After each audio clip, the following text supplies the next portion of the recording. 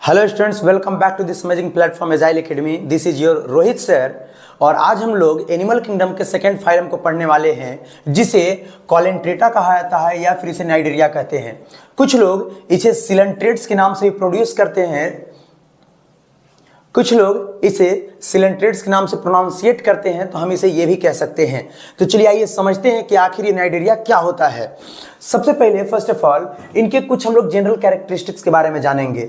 General characteristics का मतलब ये है कि ये कहाँ पे रहेंगे, इनका लेवल ऑफ ऑर्गेनाइजेशन क्या होगा, सिमेट्री क्या होगा, मेटाबॉलिज्म क्या होगा। सबसे पहले इनका जो हैबिटेट्स होता है ये सारे के सारे एक्वेटिक होते हैं।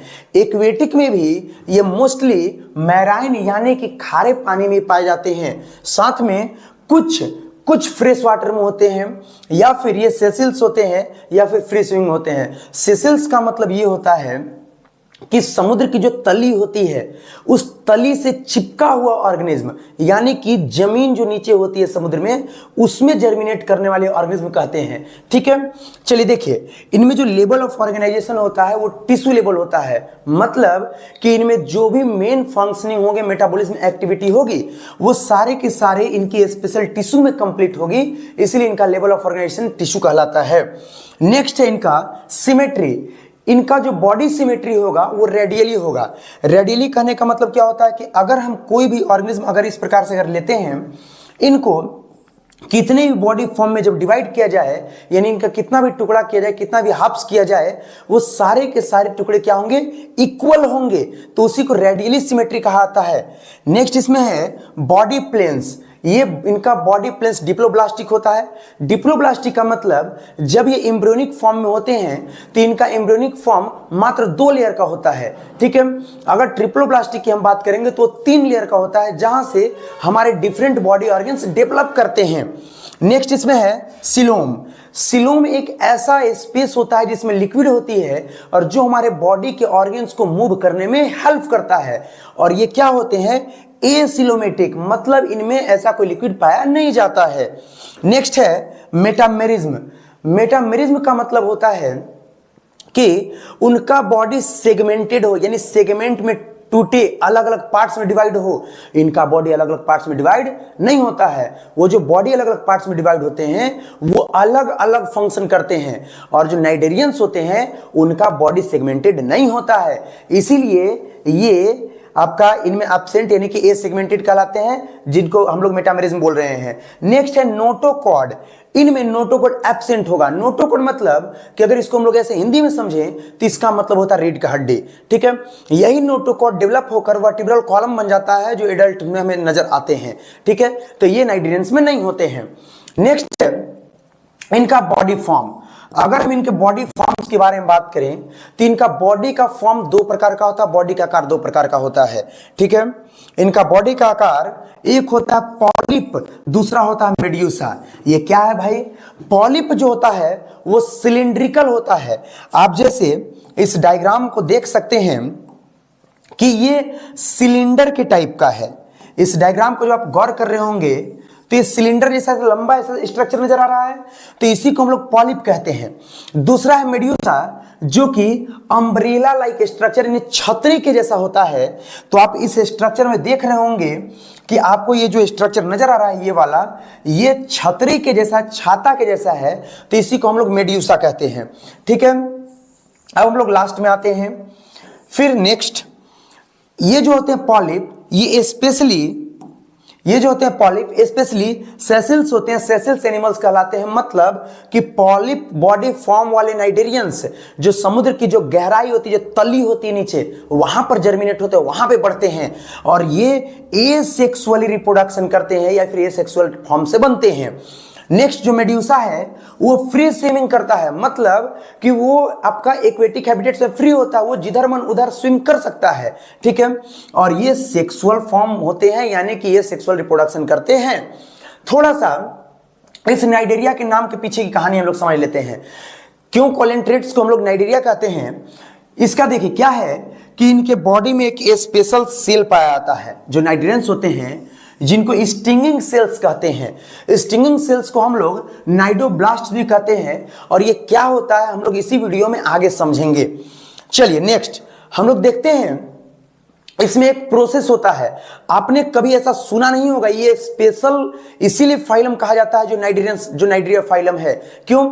आपने सुना होगा कि सेक्सुअल रिप्रोडक्शन करके जो उनका जो ऑफस्प्रिंग्स होंगे वो भी सेक्सुअल रिप्रोडक्शन ही करेंगे, लेकिन इनमें थोड़ा उल्टा है। इनमें एक प्रोसेस होती है जिसमें ये सेक्सुअल फॉर्म से ये सेक्सुअल से सेक्सुअल फॉर्म करते हैं, यानी कि इस प्रोसेस को हम लोग मेटाजेनेसिस कहते हैं। मेटाजेनेसिस क्या है?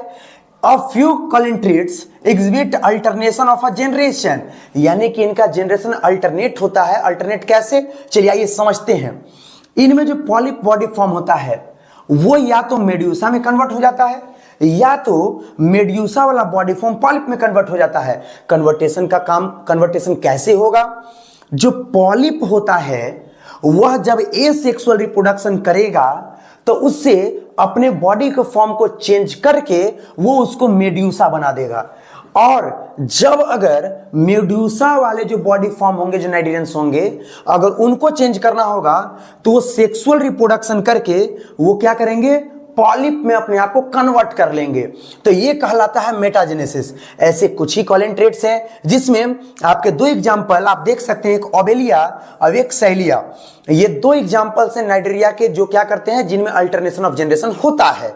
ठीक है, चलिए अब कुछ इनके फिजियोलॉजिकल कैरेक्टर से पढ़ते हैं। वैसे तो नाइडीरिया के पास कुछ फिजियोलॉजिकल कैरेक्टर ऐसा होता नहीं है। ठीक है, जैसे आप देख रहे होंगे इनका रेस्पिरेटरी सिस्टम, सर्कुलेटरी और जो एक्सक्रीटरी सिस्टम है सब के सब एब्सेंट हैं। ठीक है, जब एब्सेंट हैं तो क्या इनमें ये सारे प्रोसेस नहीं होते होंगे? होते हैं, लेकिन अभी ये जो प्रोसेस होते हैं इसके लिए कुछ स्पेशल फीचर्स हैं, उसके बारे में हम लोग जानेंगे। ठीक है, इनका जो डाइजेस्टिव सिस्टम होता है, इनका डाइजेस्टिव सिस्टम पूरा ही नहीं होता है, वो इनकम्प्लीट होता है। ठीक है, वो इनकम्प्लीट होता है, इनका डाइजेस्टिव सिस्टम इनकम्प्लीट पाया जाता है। अब नीचे में जो आप लोग देख रहे हैं कि इतना सारा चीज जब एब्सेंट है तो ये सारे प्रोसेस आखिर हो कहां रहे हैं? तो इस प्रोसेस को भी समझने के लिए हम लोग को थोड़ा देर वेट करना पड़ेगा।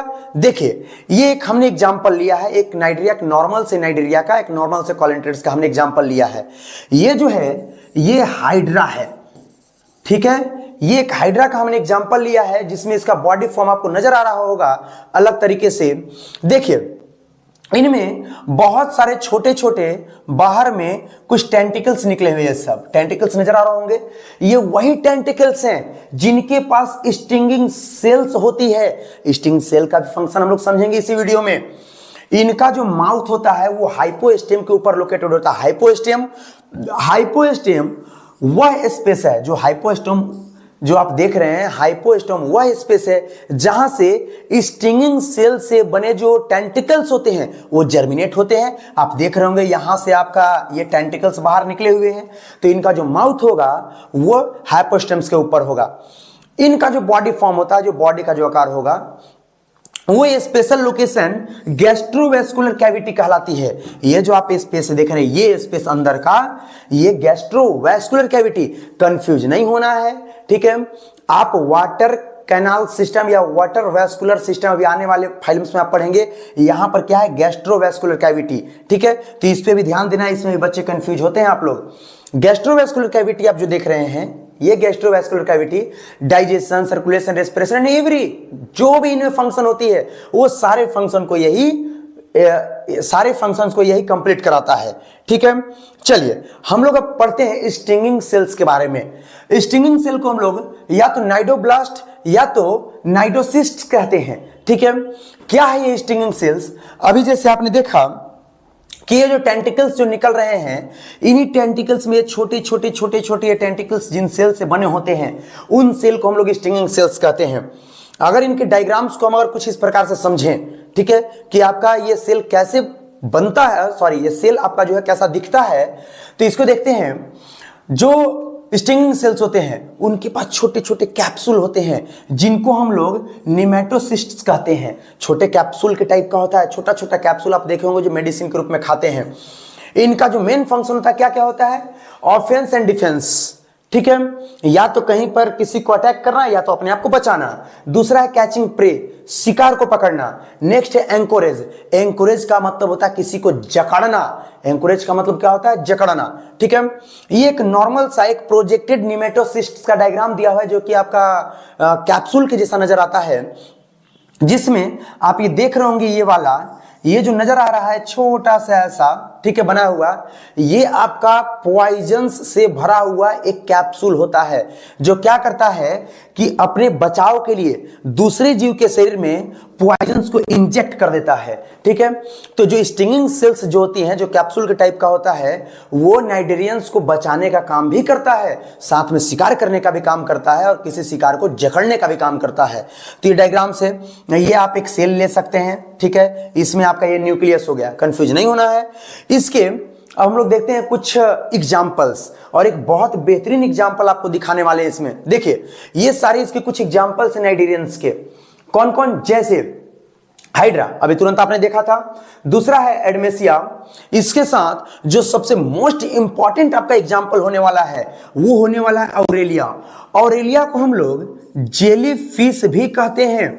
नाम लगा हुआ है फिश, लेकिन ये फिश नहीं है, ये कॉलेंट्रेट्स या फिर ये नाइडेरिया है।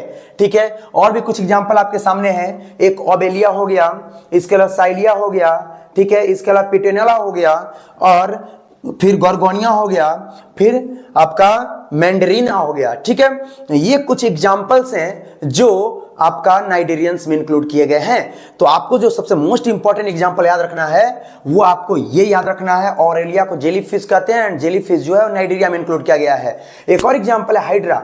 आप लोग बच्चों बहुत पहले से हाइड्रा पढ़ते आते होंगे, लेकिन आपको याद नहीं होगा हाइड्रा क्या है। एक प्रकार का नाइडेरिया है। ठीक है, आई होप आपको ये फाइलम अच्छे से समझ में आया होगा। मिलते हैं नेक्स्ट वीडियो में। That's all.